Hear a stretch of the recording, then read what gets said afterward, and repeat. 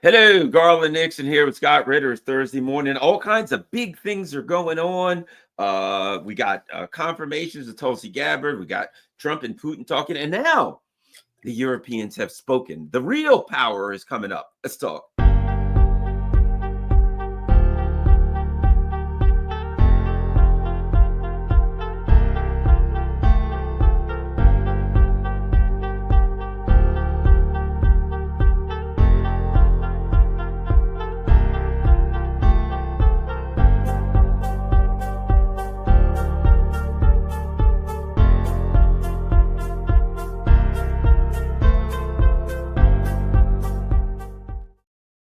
Hello, Garland Nixon here with Scott Ritter. And before we get started, Scott Ritter has a website, scottritter.com. You can go there to find all of his fine work. And of course, you can donate. And Scott, don't you have a new project going on that you could remind people of?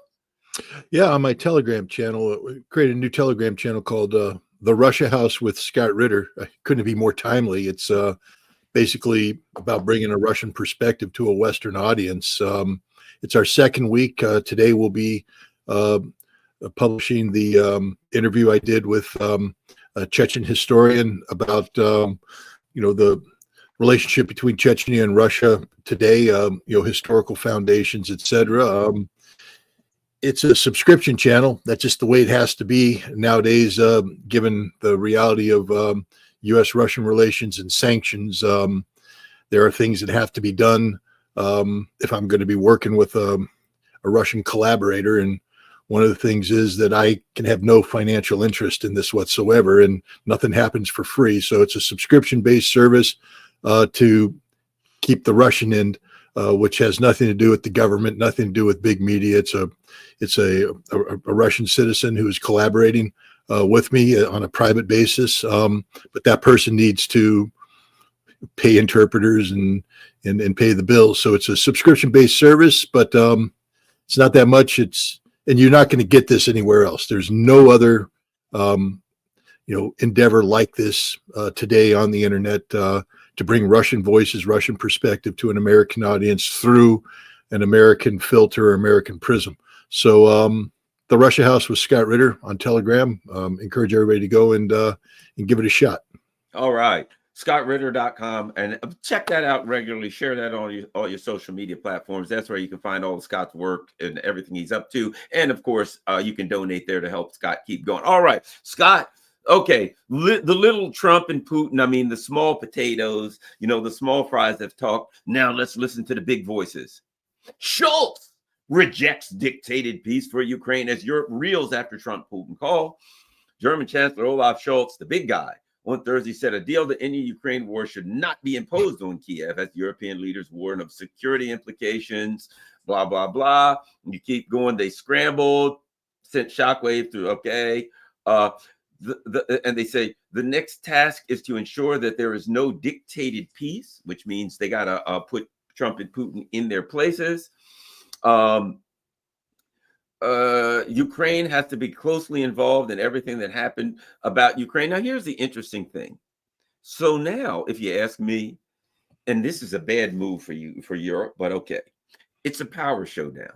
I had Dmitry Polyansky on the other day, and he basically said, I like the way I like the way Galloway puts it. He says, we're not going to talk to the monkey. We're going to talk to the organ grinder, right?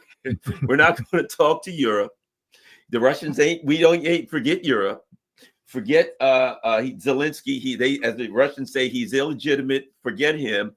We're talking to the U.S. That's where a deal's going to be made, right? Now the Europeans come up. Oh, no, they're standing their ground. There will be no dictated peace. They must be involved. Ukraine must be involved. So now we got a standoff. And knowing the way Trump thinks, that's a bad move for them to say, I'm going to stand up against Trump and tell him he ain't. Just knowing the way he reacts to things, that's, to me, from my perspective, the worst possible thing that they could say. Anyway, go on, Scott. Well, it's actually the best possible thing they could say, because it brings clarity to the issue. Let's just be straight up honest. This is a war that was brought thrust upon Russia by the United States, by Europe, by Ukraine. It was a war of design, and the purpose was to undermine and ultimately destroy Russia, the Russian Federation, to strategically defeat it. But in the United States, what you had is, a leadership that had been hijacked by, Cold War era thinking, Russophobia, not even Cold War era Russophobia, because Russophobia didn't have sway during the Cold War. We were very clear on, who the Russians were, very honest about that. And it's only later when we had to lie to ourselves and to NATO about the threat posed by Russia, because Russia didn't pose a threat to anybody in the post-Cold War era. That's where Russophobia comes in, where we manufacture a case against the Russians. But that was unsustainable. It was always going to be unsustainable. And you and I have been talking about it. I mean, you bring it up. We broached it in December 2021 about the unsustainability of trying to sanction Russia. I've been saying from the get-go, Russia will win this war. There is no other outcome possible. And here we are. Now we have a group of people in the United States who have come to political power, and they have put forward a new way of thinking, that Russia isn't the threat to Europe or the West, that this Ukraine conflict was wrong. I mean, look, Trump, well, actually, it was Pete Hesmet, the Secretary of Defense, in the meeting at Ramstein Contact Group, said some amazing things, such as Ukraine will never be a member of NATO. If NATO and the United States had recognized that reality, or at least been honest about that reality, this war never would have happened. He also said that Ukraine will not get back its 2014 borders. And Trump has even further said that, the territories that Russia wants, Putin has made it clear that there won't be peace without that. So that's probably what Russia's going to get. I mean, there's just clarity across the board right now. Clarity that Europe was never going to allow to be, presented. Europe is the problem, not the solution. And the fact of the matter is, Trump and Putin are going to, create the conditions for peace, and those conditions are going to be dictated to Trump by Putin. There will be diplomacy involved. Of course, this will be papered over. It won't be so blatant. But even Trump, it's an amazing thing to have a president of the United States actually put himself in the shoes of his adversary and think of things from their perspective. And that's how he's approached this. He said, well, from the Russian perspective, this is that. From the Russian perspective, the Russians don't want this war to end and only happen, and come back 6 months from now. Russia's not going to agree to a ceasefire. They don't want that. It's an amazing thing when you actually do, as John F. Kennedy encouraged everybody to do back, if you remember his American University speech in June of 1963. He said, put yourself in the shoes of the Soviets, understand where they're coming from. Well, Trump has done that. And one of the most amazing things is that the man who was helping push a European perspective on this conflict, Keith Kellogg, is not part of the delegation. He's not part of the solution. I'm beginning to think that Keith Kellogg was a construct of Trump to go out there and absorb all of the bad ideas so that Trump could show everybody just how bad these ideas are. Keith Kellogg was supposed to present his 100-day plan for peace at the Munich Security Conference. That got canceled, and he got sent to NATO and Europe, and he's disappeared. Meanwhile, there's a 90-minute phone call that he wasn't part of, and Trump and Putin have set forth, a vision on how to go forward. We now have identified the peace delegation: Marco Rubio, the National Security Advisor, Michael Waltz, the director of the CIA. These are the people that are going to be the special envoy for Middle East peace, by the way, not for Ukraine conflict, because he's shown himself to be competent. These are the people that are going to meet with the Russians. And I think that it's, the proof is in the pudding. We won't know until it's done. But this is the best possible place we could be today. In Europe just doesn't matter. I mean, it's interesting headlines, but no one cares what Scholz thinks. No one cares what Mark Rutte thinks. Nobody cares what Kallas thinks. Nobody cares what von der Leyen thinks. Nobody cares what anybody in Europe thinks. They simply don't matter. They don't have a vote. They don't have a say. And if they're not careful, and this is what you brought up, the demise of the European Union and NATO will take place on a much tighter schedule than is envisioned. European Union's dead. Trump has already killed it. They just don't recognize that. NATO is dead. Trump has already killed it. NATO just hasn't recognized that. But if they want to play stupid games, then they win stupid prizes. For instance, the moment European Union starts talking about sanctioning the United States, I just want to remind them where they get their liquid natural gas from. And what happens if the United States decides to divert all of the tankers headed towards Europe to the Pacific market? And now you're a prisoner of the spot market. Instead of paying 4 times the going rate for natural gas, you're going to be paying 10 times the going rate. And guess who you're going to be buying it from? Russia, on the spot market.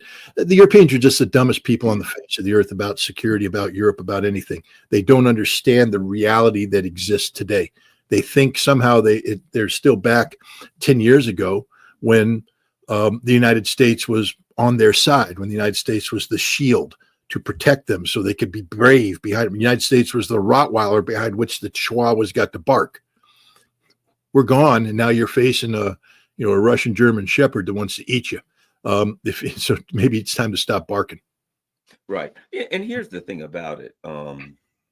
The insanity of where Europe is, because they're like, all right, we're going to stand up against Russia. And by we, they meant the US is going to, do all of the stuff against Russia. Right.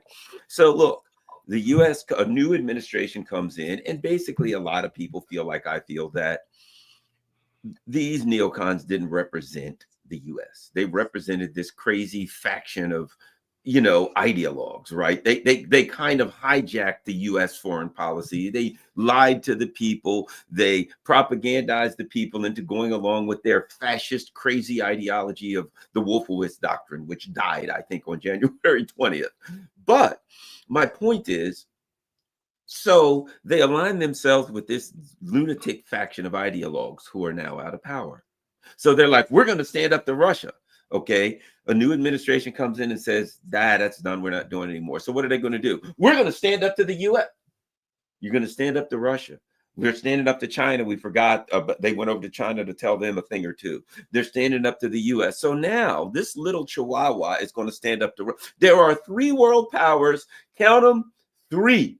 Exactly 3. And the European Union, who has no natural resources to speak of, who can't feed themselves realistically, they don't have the things they need to survive. And now they're going to stand up and dictate to all 3 world powers. People, they got to look at the mirror and say, any of the 3 powers, any single one of the 3 powers would be bad.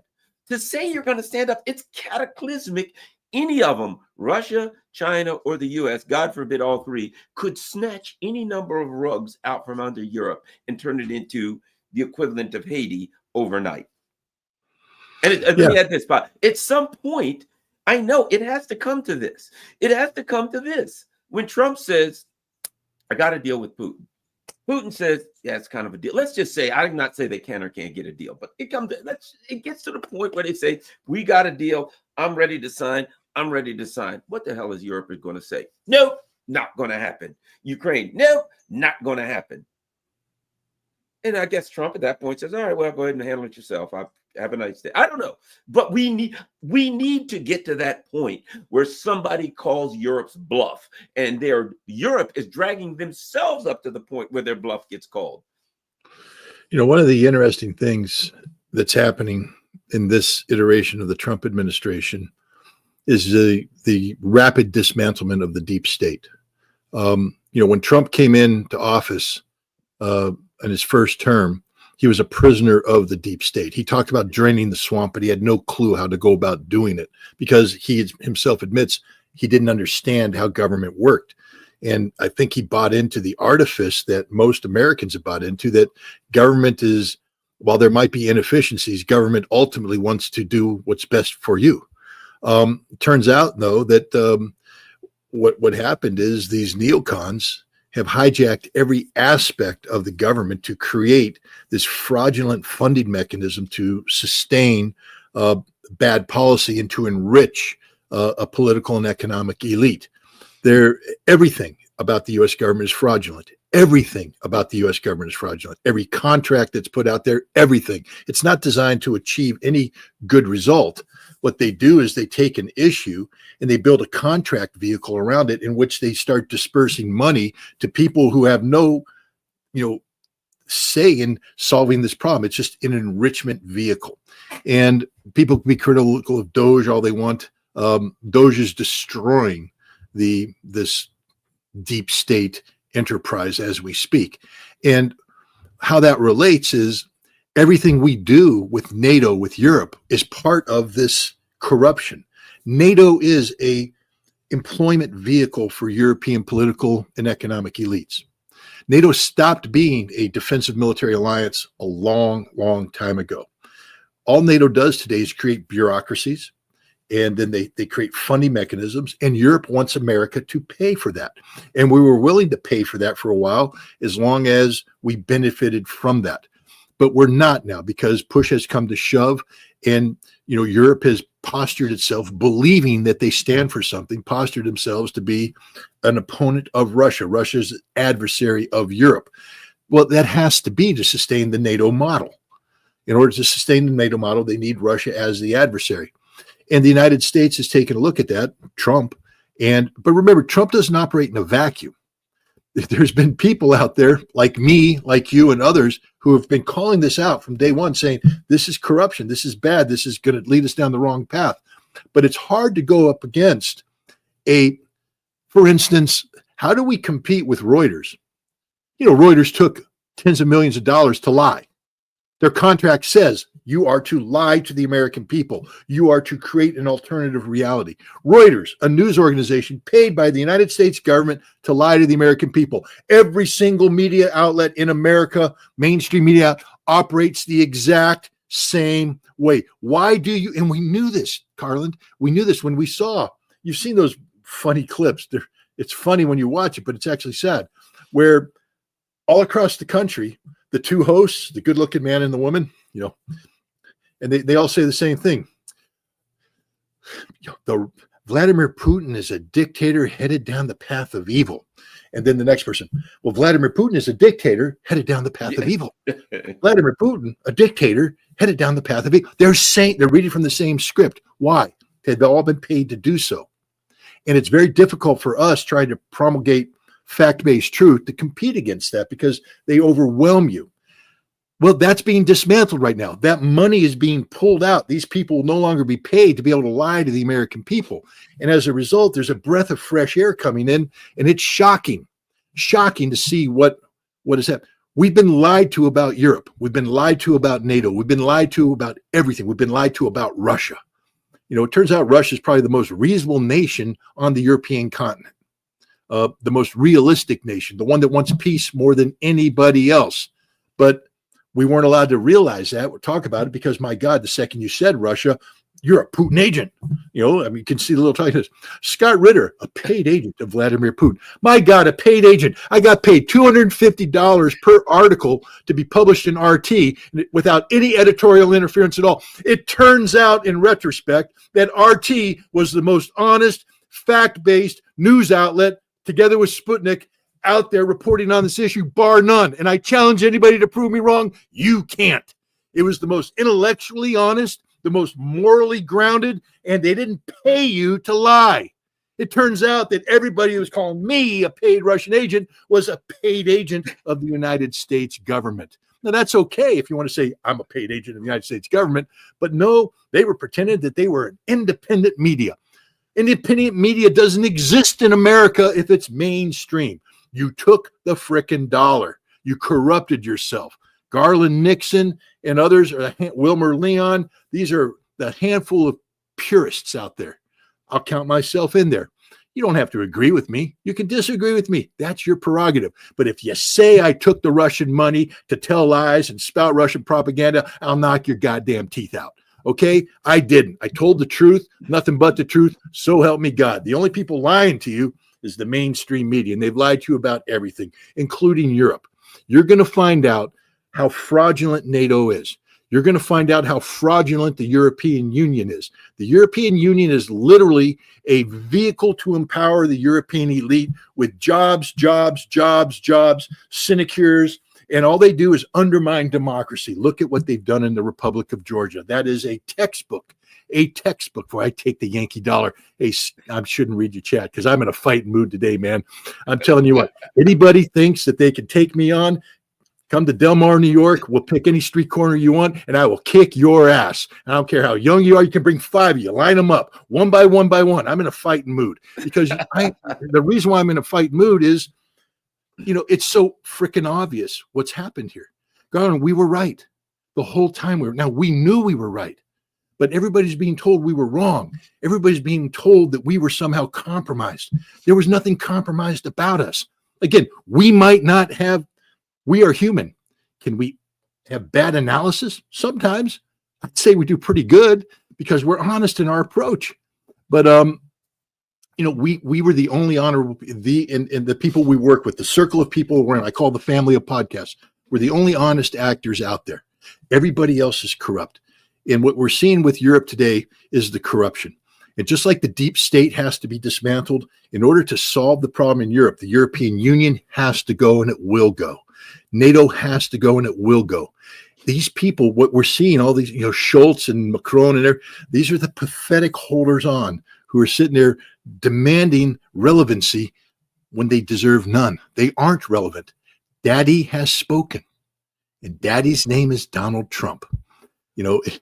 Europe was told in the last Trump thing, 2%.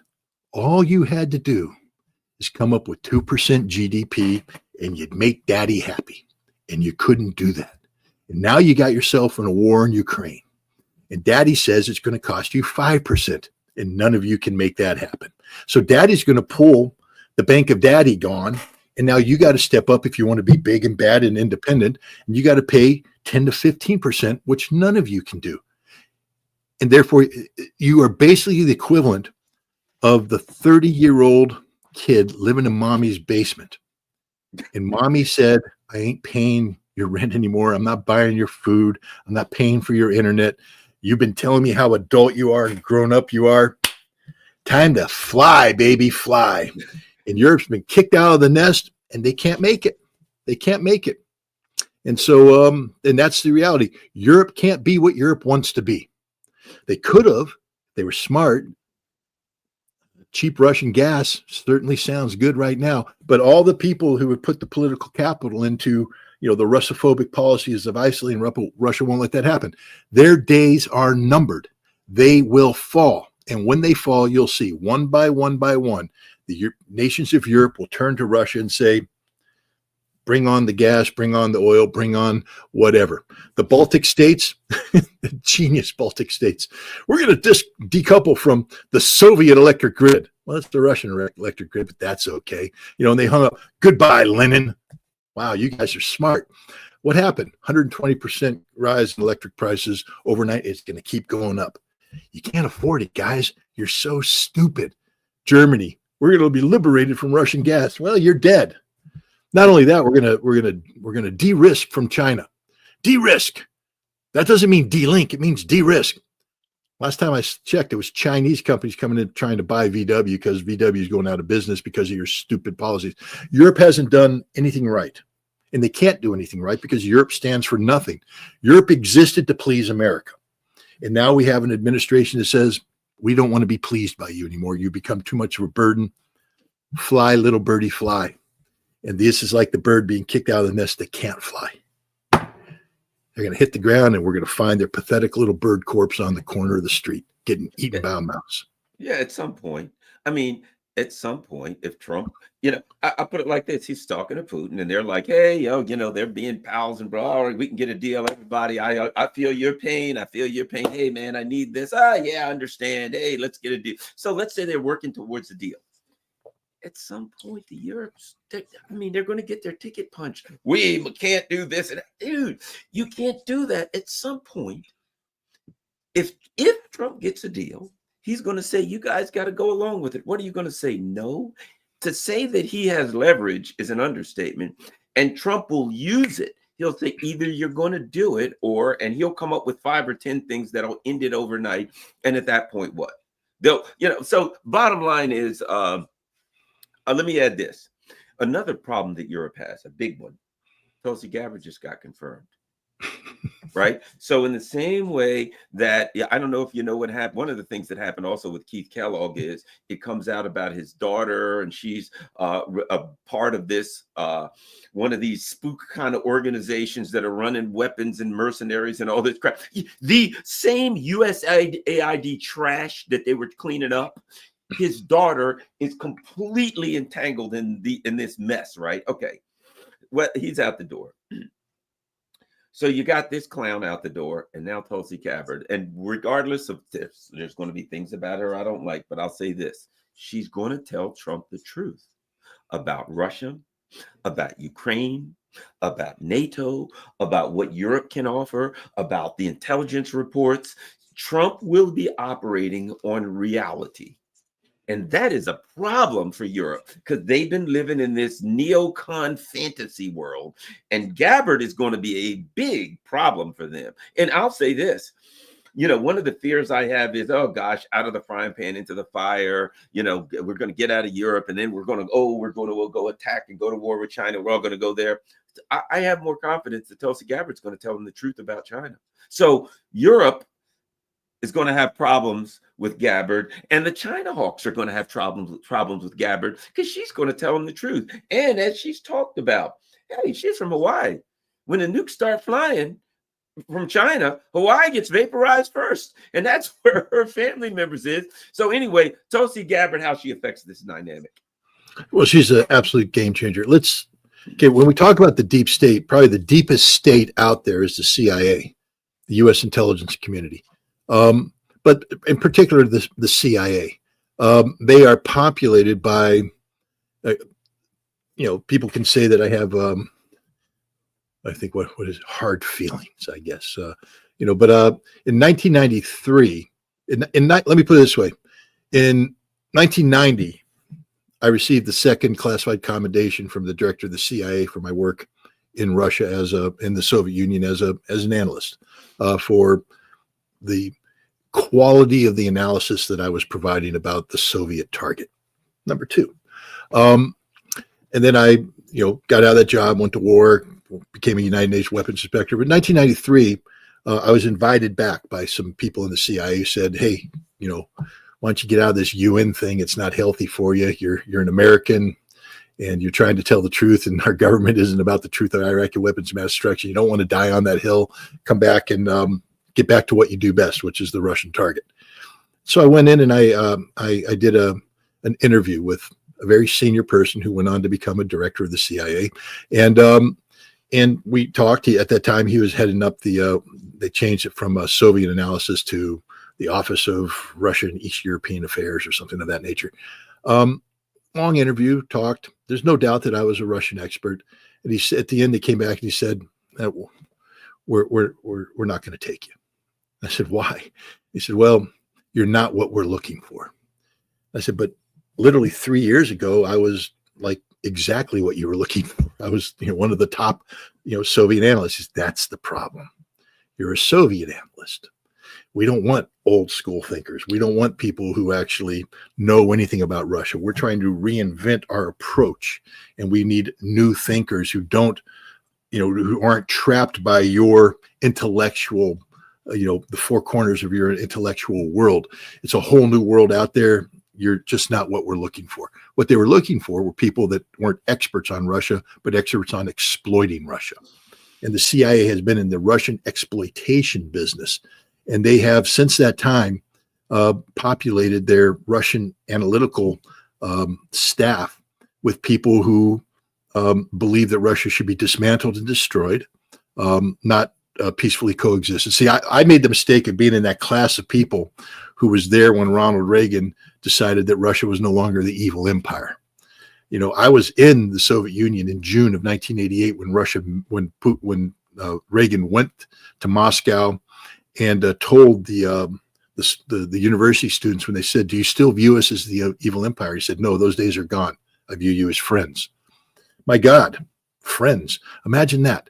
I actually helped implement a treaty that got rid of nuclear weapons, made the world safer, made America and Russia closer. Turns out that's not the direction these new Russian experts wanted to be. They have hijacked it. It got so bad that Gina Haspel, who was the director of the CIA under, I think Trump brought her in. And before Trump too, I think under she started before Trump, then she stayed on. But and she's an old school, CIA person, not soft at all, implicated in the torture, post 9/11 torture aspect of this thing. She ran a black site and did some bad things to bad people. But she tried to take on Russia House, and they told her pound sand. She said, "You guys, you're this little club, and I think you're just making stuff up," which they were. Just to remind you that the CIA in Moscow has had a horrible track record. Every one of their station chiefs have been rolled and kicked out. Every time they try and go and do stuff, they get rolled up, they get kicked out. They don't. Do you remember the guy that got caught with the wig and the money and all that kind of stuff? Yeah. Let's just show you how the CIA operates. The Tsarnaev brothers, you remember the Boston bombing incident?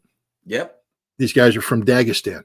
And so the Russians were trying to help us and say, hey, this is problematic. You might want to take a look at these guys. We see them communicating, all that stuff.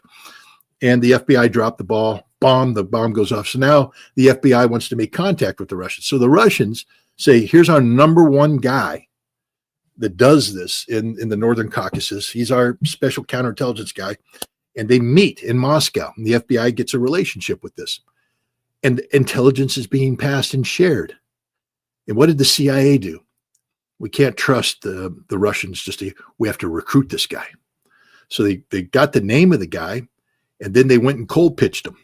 And the guy's like, what are you doing? I'm giving you the information that you want. You ask me a question, I'm giving you the answers, but it's done the right way. No. The CIA wants to own you. Here, and so this guy sets up a meeting. He has the money, he has everything, the wig, the whole thing comes in. But what he didn't realize is that guy's a Russian patriot. And he told his boss, they said, yeah, set up the meeting. He did, came in, bam. Guess who put the handcuffs on him? The guy he was trying to recruit. That's how stupid the CIA is. That's how they operate. I'm telling you, the day that when I was doing that stuff, I didn't do that stuff. That's not how it worked, man. That's not how it worked. We actually got good intelligence. We succeeded in our operations. But the new CIA, because they don't understand Russia, they're not willing to learn about Russia. All they know is that Putin's bad, Russia's stupid, and everybody wants to work for America. That's their going in philosophy. These are the people that are in the CIA today. The Russia House is a bad, and every one of these mission centers around the world are populated with CIA analysts and operators who think the same way. That's why we're not winning. That's why we're losing everywhere, because it's this old school thinking that doesn't solve any of the problems because they don't define the problems properly. Tulsi Gabbard's going to clean house. She's going to come in and you're just going to watch. They're all going to be fired. It's going to be a thing of beauty. And everybody's like, well, that'll make a more dangerous world for America. No. Imagine for a second if you actually had real Russian experts telling the president of the United States what's really happening in Russia, in the decisions that can be made based upon that. Imagine if you had a real Chinese expert. Rather, it was really trying to improve relations with China based upon mutual respect and reality, as opposed to promulgating the same Cold War era, we must support Taiwan no matter what. And why do they have to support Taiwan? Because they all have a vested economic interest in that. And that's what this is all about. It's not about national security. It's about contracts and money and getting your sinecure. You play the game so that you can get that chair at Georgetown and teach a whole bunch of stupid master's degree kids about, your version of the world as opposed to reality. That's how it works. Then you can rotate back into government. The whole system is broken. And the reason why they were going after Tulsi Gabbard so hard is she ain't from the system. And she's going to clean the system. This is the best thing that could ever happen to the United States intelligence community, besides simply shutting down the CIA. I mean, the CIA is a broken institution. They haven't put out quality analysis ever in recent years, and their operators are all a bunch of alcoholic, whoremongering, pathetic waste cases They need to be fired. You need to recruit new people, people who are, imbued with the spirit of serving their country, not by enriching themselves, but by pure service. And sometimes serving your country as a Russian expert means not viewing the Russians as the enemy, but viewing the Russians as colleagues, as people that we can work with, as collaborators in peace. Imagine if we had people who viewed it that way, the progress we could make. When I was there, I went in as a Cold Warrior. The Russians were my sworn enemy. I wanted to kill them all. By the time I finished, I was collaborating with the Russians to get rid of nuclear weapons, making the world a safer place. That's the direction we need to be heading across the board. And Tulsi Gabbard is going to be doing that. And in doing so, she's going to be able to brief the President of the United States, not on what the deep state wants her to brief, but on what the truth of the world is. And that's a good thing.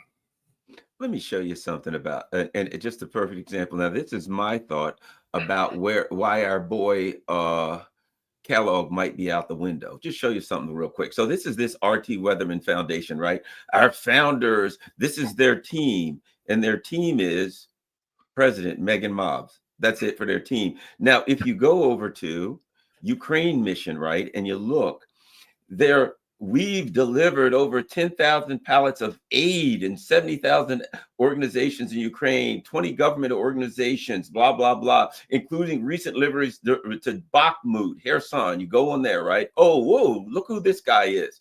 Coordinated and sponsored travel of General Keith Kellogg, right, to Ukraine, which led to testimony before the Senate Armed Services Committee about providing rapid lethal Ukraine. So they send this clown over there and he comes back begging for money, partnered with US Institute for Peace. Then when you go back, you start reading. If you go on, you'll also find out that one of the things they did was they, let me find it.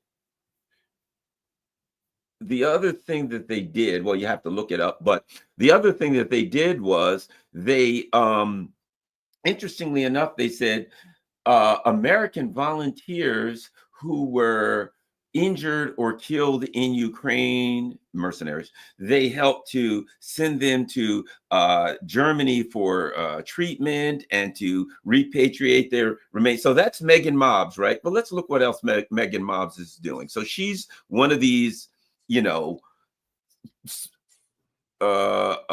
deep state kind of things. Now we got her again. Independent Women's Forum. Well, wait a minute. A minute ago, she was the president of the R.T. Weatherman Foundation. Now she's the director also at the same time, the director for the Center for American Safety and Security, the Independent Women's Forum. That's that deep state crap.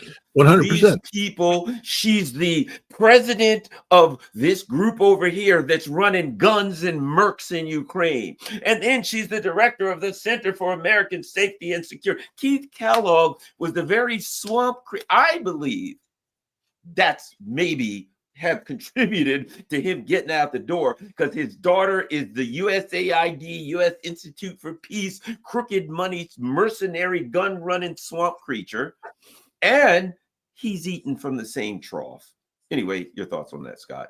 No, this is what's being dismantled right now. And as I said, as the truth is exposed, I love it when people, Scott's, embraced the MAGA, drank the MAGA Kool-Aid. No, idiots. I'm just against corruption. If you think this is wrong, prove it. But you can't, because the data is right there in front of you. It's so bad now that you got even Chuck Schumer going, well, of course there's waste. And Chuck, you're the waste. That's theft. Yeah, you're the swamp creature. And well, that's the whole thing. It is theft. It's money. They know that the money that they're allocating, and the other big secret of Washington, D.C. is once the money starts getting allocated, it never gets turned off. Right. And so there is literally hundreds of billions of dollars a year going to entities that no longer exist, but still accept the money. They shut that down, but in comes the $10 million and nobody's asking questions. They'll hire 80,000 IRS agents to come knocking on my door because, maybe I failed to declare a $150 donation that was made here. I'm just making stuff up right now, but they're gonna, oh my God, you didn't pay taxes on $150. We got 3 gun carrying IRS agents coming after you. But the guy that just sits there said, I shut that stuff down 10 years ago, but they're paying me $10 million a year to do nothing. Ghost employees. Nobody's trying to shut it down. They're okay with that. They're okay with that because that's the way the system works. I mean, we're paying Social Security to 150-year-old people.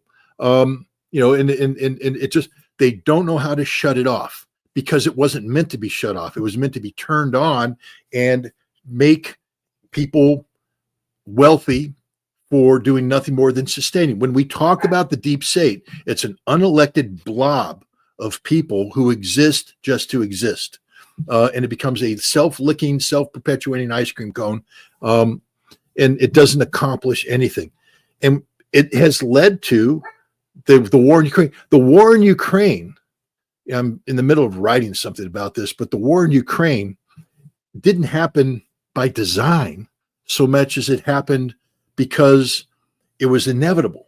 Because when you start a system rolling, it was the inevitable outcome, which is why when you track it out, I say, well, then the next inevitable outcome from that is nuclear war with Russia, which is why we have to stop this thing.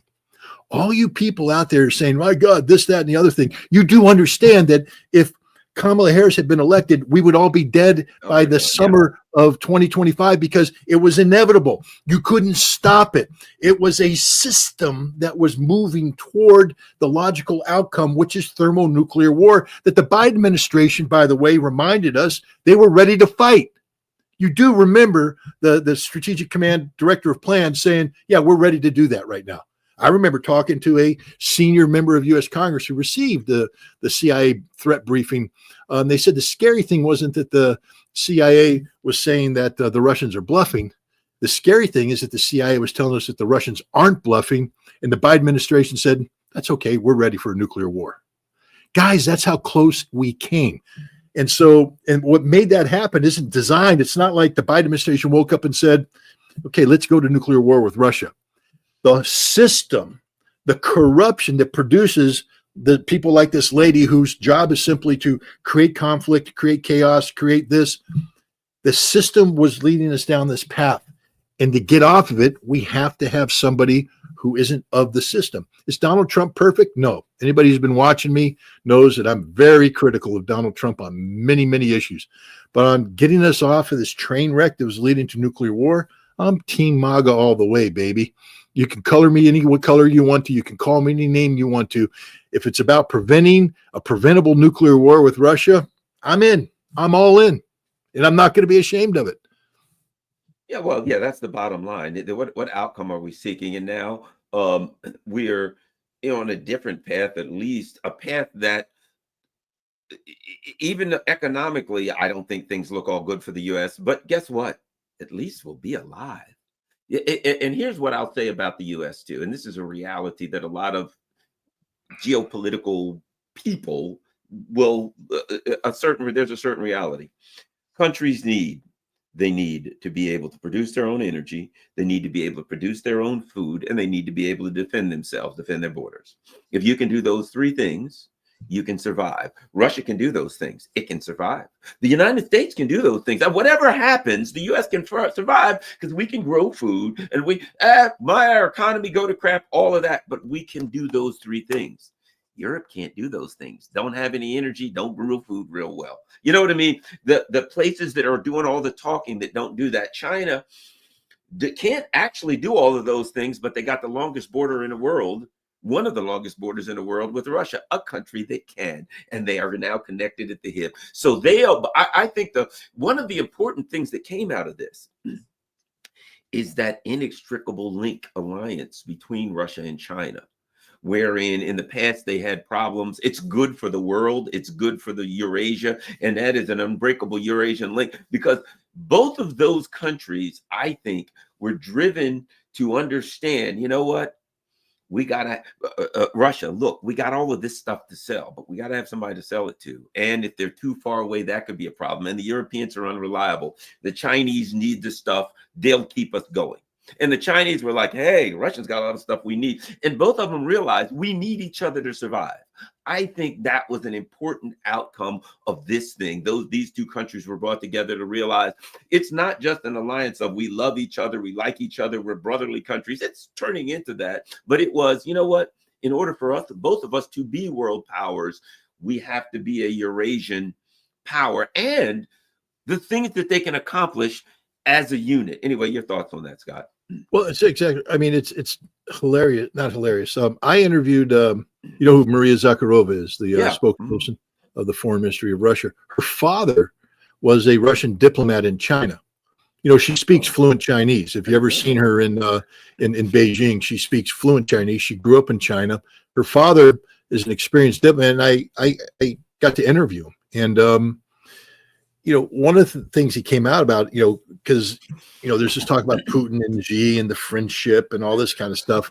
I said, you know, what is the relationship between Russia and China? And he said, we're neighbors. We have no choice but to get along or our lives will be hell. And we're not going to let outsiders come in and ruin our neighborhood. We get to decide how we do things. And right, you know, and you've made it, the West has made it easier by allowing us to have common cause because you've come at us both using the same tactics. You know, it's fascinating. I think one of the things that's driving Trump is that if he can become a friend with Putin, you know, friendly relations with Putin, that Trump believes that he can separate Russia from China. Because the goal right now is to go all in on China. And again, if I were advising him, and Tulsi Gabbard hopefully will advise him, and just say, I just want to remind you, Mr. President, that they're neighbors. And it's going to be impossible to drive a wedge between them. This isn't the Cold War. This isn't Kissinger going in and all that kind of stuff. They're neighbors, and they're going to get along, and we have to deal with that reality. That maybe we should also add one quick thing. Yeah. And it's not going to be viable to think that you can be friends with one and enemies with the other. That ain't going to work either. That was just my follow-up is okay, good. Our strategy is that we should be friends with China too. And amazing what would happen if you become friends with Russia and China, stability in Europe and the Pacific. Africa becomes a more manageable issue instead of becoming a new Cold War like playground for the great powers to divvy up between them, because the only thing the United States knows right now is war. Trump's trying to break us free of that. I don't know if people are noticing how he is de-emphasizing the military solution in Ukraine. I mean, he sent his Secretary of Defense in to basically say, we're not going to war for Europe. Straight up across the board. What aspect of anything he said told the Europeans, you know, a repeat of the Biden, you know, I do bad Biden imitation, but, you know, it is a sacred obligation, there was nothing sacred about Article 5. First of all, read it. There's no obligation there. Article 5 doesn't require you to do anything except consult. Doesn't mean go to war. There's no automatic, dispatch of troops, but it's a sacred obligation. Well, it's so sacred that, you know, the new Secretary of Defense went, if you guys want to send peacekeepers to Ukraine, there won't be an Article 5 attachment to it because we ain't going to war for you. We're not going to war. We're de-emphasizing the military. And I hope that this whole concept of peace through strength in the Pacific is a show that we're serious about, you know, defending ourselves. But the reality is we need to figure out how to peacefully cooperate with China. You know, we have to deal with realities. The reality is in the Pacific right now, what has happened? BRICS. China is a big player in BRICS, and the way BRICS plays down is, yes, everybody is a member of it. But for instance, if you're going to talk about the African continent, one would say that South Africa is probably the BRICS leader that deals that. If you want to talk about South America, you might want to talk about Brazil, Europe, Russia, South Asia, India. Pacific, you get some India and China, but a lot of China. So in the Pacific right now, if I'm an American, what just happened recently? Indonesia joined BRICS as a full member. That's huge, guys. Just start counting bodies. I think there's three nations of the world that have more than 1 billion people in them, and Indonesia is one of them. And the other one's China, and the other one's India. And now Indonesia is part of the BRICS. Malaysia, Thailand are all joining BRICS. That's sort of some of the big players. And if you're other nations in the ASEAN Economic Forum, you're sitting there going, what do we want to do here, guys? Trump pulled out of the TPP, the Trans-Pacific Partnership. There was no American-led replacement. BRICS seems to be the big dog in town. We can't use the G20 to rely on anymore because Indonesia, which was a G20, stalwart, is now BRICS. You can't serve two masters. I mean, the bottom line is the Pacific's heading that direction. So what do? Go to war in the Pacific to win back those economic, markets? No, we have to learn to compete better. I don't know if too many people picked up on this. There's a big controversy right now between New Zealand and the Cook Islands. Yeah, because the Cook Islands just they sent their prime minister to China, and they're going to sign an agreement with China on tourism and infrastructure development, et cetera. But one of the interesting aspects of it is deep sea mining. I don't know if you remember back in the 1970s, there were these articles written about the nodules that exist at the bottom of the Pacific Ocean, the polymetallic nodules. And basically, as the Earth did its thing, cobalt, nickel, and magnesium sort of coagulated together in these little stone-sized nodules that apparently line the entire bottom of the ocean. This is like really precious metal, and it's just down there in almost pure form, but it's hard to get to. We're talking a lot of way down there. So the Cook Islands is going to sign an agreement with China to go in and do deep sea mining. Now, what has New Zealand, Australia, and the West done? Well, I'm not saying that climate change isn't something important. I'm not here as a climate change denialist, but I am here to say that from the Cook Islands perspective, if you're going to have New Zealand say you can't do deep sea mining because we don't know what the consequences will be to the environment of the ocean, you're denying them. The Chinese are going to come in, they're going to do the mining. Why aren't we? Why aren't we doing the mining? Why didn't we pick up on the fact that we're the ones that called this out in the 70s? We could have been the world's leader in deep sea mining had we wanted to be. And therefore we would now have cobalt. We wouldn't need African supplies of cobalt. That would liberate us from sustaining this ongoing conflict in the Congo, where 1 million people die, but nobody talks about them because they're just black people. We don't care about black people in Africa. They could die by the millions, and they are dying by the millions, and we don't care. How many Americans know that Burundi, Rwanda, Uganda are all involved in this M23 uprising against the Congolese and what that's all about? Most people go, I have no clue what you're talking about. Bingo. Do you know that South Africa is involved in this conflict? The South African Defense Forces are involved in this conflict. You know that Kenya used to be, and Kenya might come back in, and you could be looking at World War III in the Congo for what? Cobalt. Why do we need cobalt? Cell phones. Okay, literally, guys, and yet all the cobalt we need is at the bottom of the Pacific Ocean if we would just mine it. But we're not doing that. This is the direction Trump needs to go. You need to be innovative here. If you go in and you become the masters of deep sea mining, you suddenly liberate yourself from the Chinese stranglehold on these precious. But the Chinese control the cobalt markets in the world. If you go take a look at the mines that are in the Congo, the Chinese own half those mines. That cobalt goes to China. This is why China is in Afghanistan to get the precious earth metals or rare earth metals there.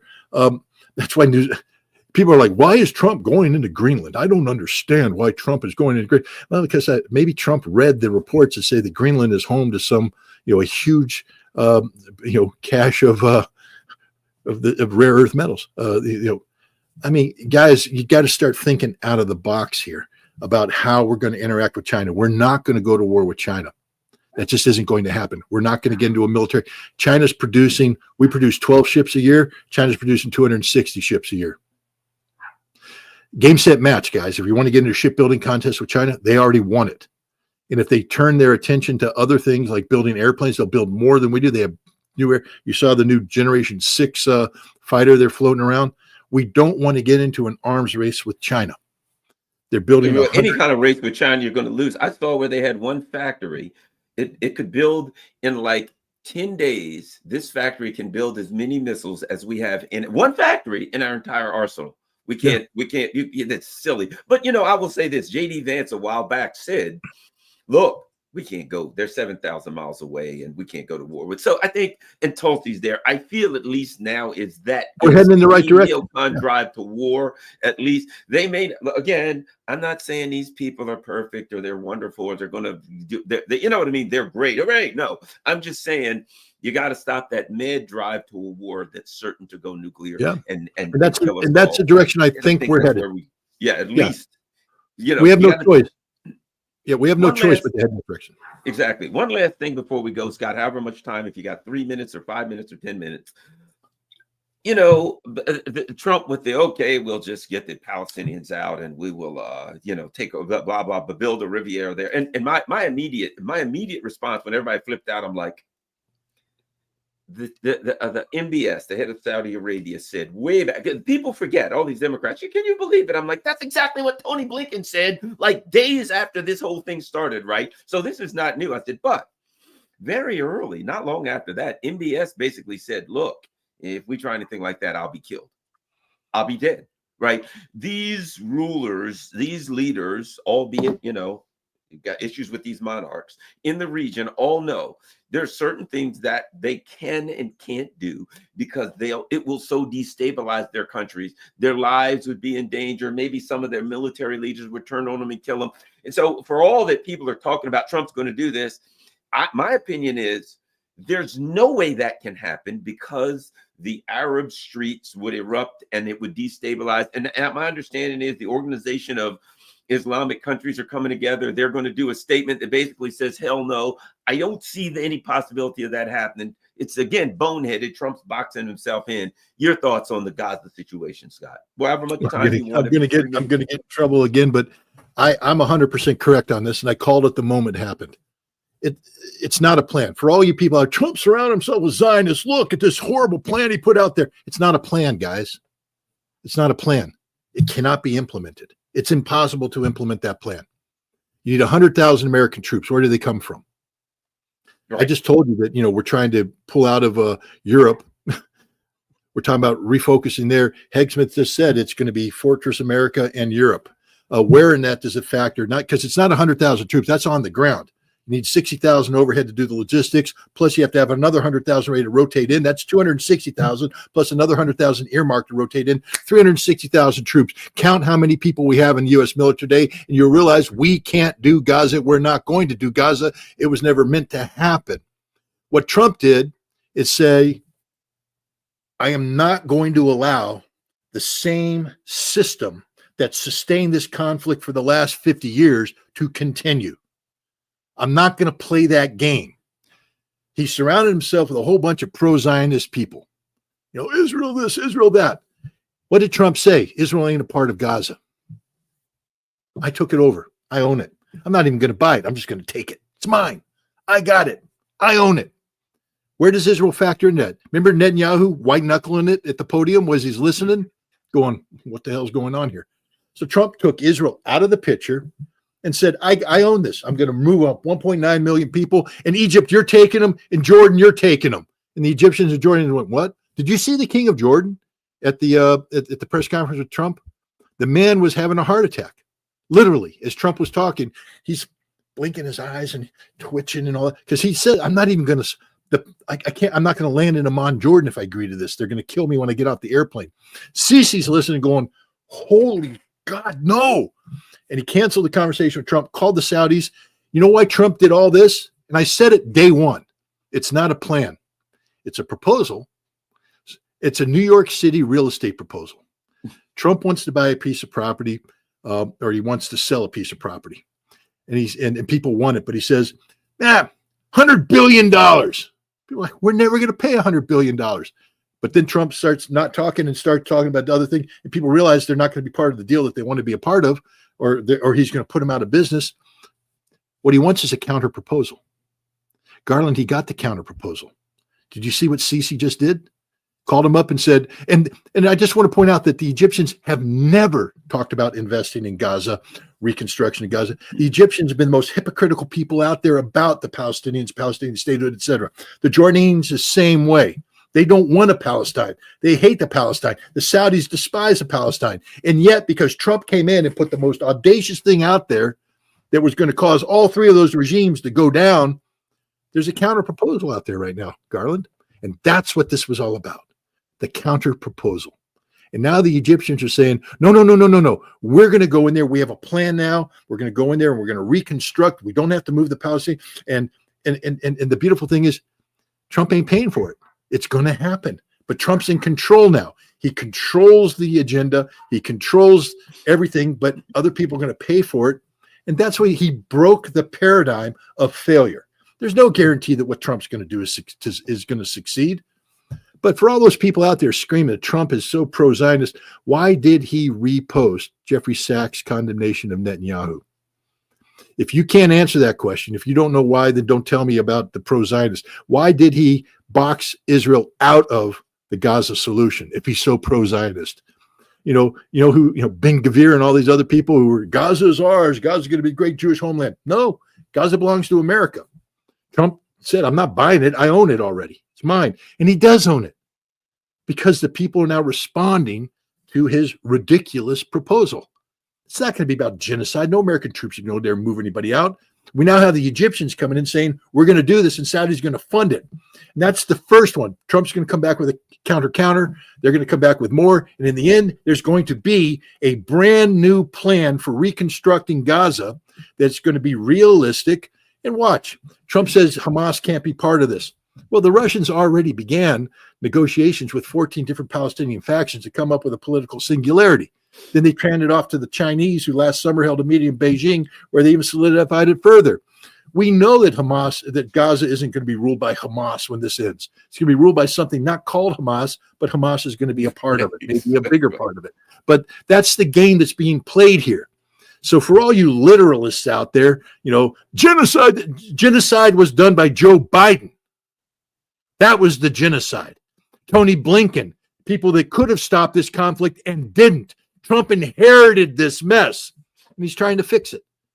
And he's doing it in the Trump way. And you can sit there and criticize all I want, but I'm going to tell you right now, he got the counter proposal.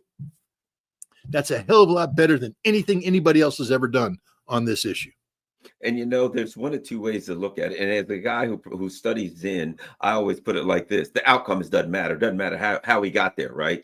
So there's two ways to look at it. And one way is Trump said, I'm going to do this, and this is going to force him to do that, and he gets the counter proposal, right? The other way, which I tend to lean to, I've always saw Trump more as the Inspector Gadget kind of guy, the old Inspector Gadget, where there was a mystery or there was a problem, and he stumbled and bumbled and tripped and accidentally, and in the end, he always solved the mystery. You know what I mean? And in the end, the mystery was solved, right? So I'm more like see Trump, and since he kind of stumbles along, okay, let's do this, and then that fumbles and bumbles, and then he gets a counter proposal. In the end, it is irrelevant whether Trump used a brilliant strategy to get a counter proposal or whether he did something and he had no idea what he was doing and he got the counter proposal. In the end, you know what matters? He got the counter proposal. I don't care how he got there. That's a discussion for us to have on YouTube as to whether he's a genius, he's a savant, he's an idiot. We will never really know the answer to that. In the end, here's what matters. And from the very beginning, one of the things that I said was, when it comes down to it, Saudi money is going to come in, and the Saudis are going to rebuild. And the Saudis they're going to come up with a plan, and the Saudis are going to come in because it benefits them, not because it benefits the leader of Saudi Arabia, who wants a stable country and a stable region, to say, we got to stabilize this thing. And ultimately, sooner or later, even though a lot of people may not like it, maybe even including me, you're going to get this normalization thing done. And Saudis have already laid it out.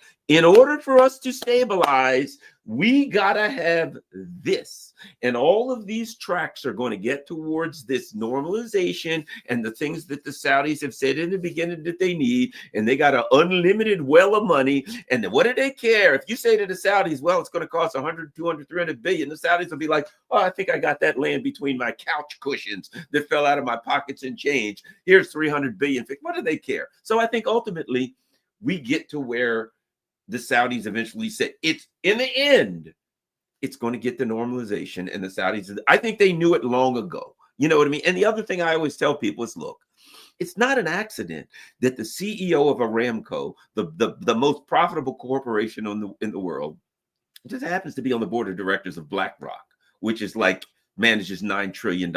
These people got a plan, and you may not know it, but in the end, the last thing, I think at the end gets to the normalization thing.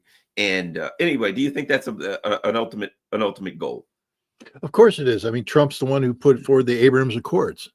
And the Abraham Accords were all about normalization. They almost succeeded. I mean, and I want to also point out the Abraham Accords about the end of the Palestinian state. There was never going to be a Palestinian state under the Abraham Accords. That's why Hamas did what they did. On October 6th, it looked like Israel and Saudi Arabia were going to normalize relations, and that's game, set, match. October 7th changed everything. And today there's a new reality there. But Trump wants to get back to where he was with the Abraham Accords, normalization, because that's, again, Trump's game plan is about economic stability. And what the Abraham Accord did is bring the Gulf Arab states together with Israel to create this economic union that would be beneficial to all. That's the dream. Well, it's more complicated now because it was all supposed to create a Sunni shield against the Shia crescent, but now Saudi Arabia and Iran are buddies because China brokered a deal. So it's a little bit more complicated than that. But that's where Trump wants to get back: de-emphasize the military, overemphasize the economic, and you can't do that as long as there's a conflict between the Palestinians and Israel. So and Trump, I believe, is sincere. Don't you think there's going to be a Palestinian state? I think, well, first of all, there can't be a Palestinian state without Gaza. And so the fact isn't that what the Saudis said? Didn't they say there has to be that in order to get normalization? We're going to have normalization as to Palestinians, and they also said, and its capital must be in East Jerusalem. So, but we're look, it takes one step at a time. Trump put by saying he's taking over Gaza, depopulating Gaza, turning it into something where there will be no Palestinians, what basically was killing a Palestinian state. Today, now with the counter proposal, there's a chance that Gaza will be Palestinian, and if it's reconstructed and the emphasis on resistance and the more emphasis on coexistence could become the foundation. If you remember, everybody, when they envisioned a Palestinian state, it was West Bank and Gaza. West Bank and Gaza. I think you're seeing the paradigm shift to Gaza and the West Bank, where this new entity, this Hamas-driven entity, whatever it's going to be called, has a greater say in the overall Palestinian issues than Abu Mazen, the Israeli sycophant who currently runs the Palestinian Authority.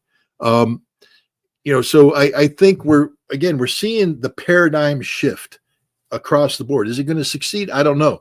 I like your Inspector Gadget thing. I think, Trump is going to bumble, rope up. Next, all the problems are solved because he had the right gadget at the right time. But all I know is that there's a counter proposal out right now that has the potential of turning Gaza into the centerpiece of whatever a future Palestinian state may look like. And that, people are like, how could that? I just remind people, do you remember Grozny, the capital of Chechnya, and what it looked like in 2002? I was just there last year. Completely rebuilt. I mean, we're talking so many lights, and it looks like Las Vegas. That could be Gaza. But it wasn't going to be Gaza if you kept doing what they had done in the past, if you kept this relationship. You know what else isn't part of Gaza today? COGAT. COGAT is the Israeli occupation force mechanism to control every aspect of Palestinian life in Gaza. That's gone. And if the Egyptians come in and rebuild, there's no more Israeli. Guys, this is game-changing stuff, potential. Again, proof is in the pudding, but for all the critics out there, stop your knee-jerk hatred and start saying, if you care about Palestine, maybe you need to start caring about a plan that gets genuine reconstruction, that isn't a prisoner of past prejudice, past paradigms. There's no guarantee it's going to work, but it's the only option out there right now. And again, you can hate Trump's proposal. I did. There's now a counter proposal out there that didn't exist and wasn't going to exist without Trump's proposal. You were never going to get the Egyptians to commit what they did with Saudi money if Trump didn't put what he did on the table.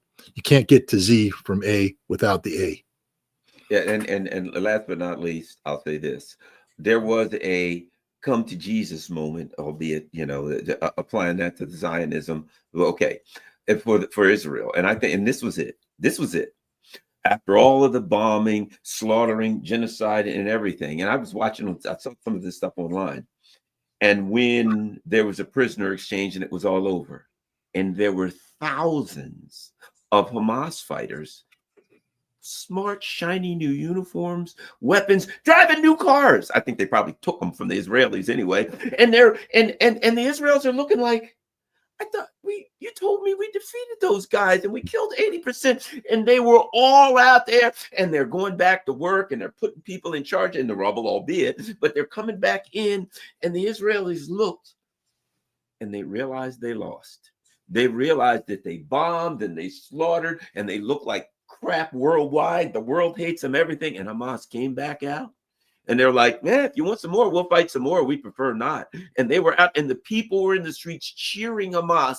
And you looked at it, and it's just like everything that they tried to do, not just failed, backfired in the biggest way.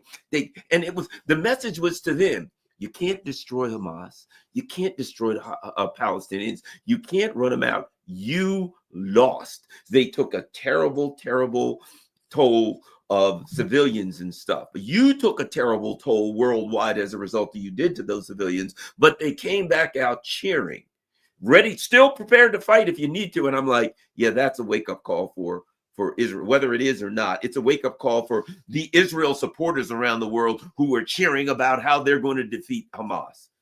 They got their asses. You saw when Israel threatened to end the ceasefire? You know what happened? All the Hamas people disappeared back underground. And the Houthis said, hey, we're okay. We got to close the Red Sea again and fire missiles at you. Yeah, I don't think Trump is going to let the ceasefire terminate on Saturday. I think there's phone calls being made. I think there's pressure being placed. And I think that this the issue will be resolved. First of all, you have the Israeli press now admitting that it was Israel who violated the ceasefire, not Hamas who violated the ceasefire. So legally, I think, again, it could be Inspector Gadget. It could be part of a master plan. But the fact is, I don't think there's going to be a resumption of large-scale violence. The Israelis are murderous sacks, and you know what? Anyways, they've been blowing things up here, there, and everywhere. But that's not the strategic direction that Trump wants to go with the Middle East. He has a broader plan. And for all the people out there going, Trump's going to help Israel bomb Iran. No, he's not. He's actually going to engage in dialogue with Iran to resolve the nuclear issue, to get into a place where, sanctions can be lifted, et cetera. Trump's not looking for a war. That's refreshing. It's refreshing that he's not looking for a war. And I'm looking at, just before we go, I'll look at Israeli media, and you're seeing some things there, right? And look at this. Oops. Hamas commits to continue ceasefire, includes release of 3 Israeli hostages. So you're seeing some things there that show, look, there's a significant part of Israel that really, and if the Israelis, you had missiles coming in, you had drones blowing up, you're living in Tel Aviv, life ain't so great. They can't bring anything on the Red Sea. What's little on the shelves is over expensive. So to the average everyday do you really want to go back to that? The answer is no, they don't. And they can't afford it. People tend to forget that Israel is a bankrupt nation whose economy has suffered, almost fatal damage because of 15 months of conflict. Nobody's investing in Israel right now, and they're not going to invest because of the insanity of the Netanyahu government. And so, and remember, I again bring up Jeffrey Sachs's condemnation of Netanyahu. Trump posted there. Netanyahu's not long for this world. He is there. There will be a political solution to the Netanyahu problem, and then Israel will have to find a new generation of leaders that won't be held hostage by this, ridiculous far right Ben Gvir wing, and reason will have to prevail. It's an uphill struggle. There's no guarantee of an outcome. Zionism is a disease of the mind that is almost impossible to overcome peacefully. But I think Trump is saying we're not going to war. And for all the people again that say Trump is the most pro-Zionist guy in the world, what's that old Godfather thing? Keep your friends close, but your enemies closer.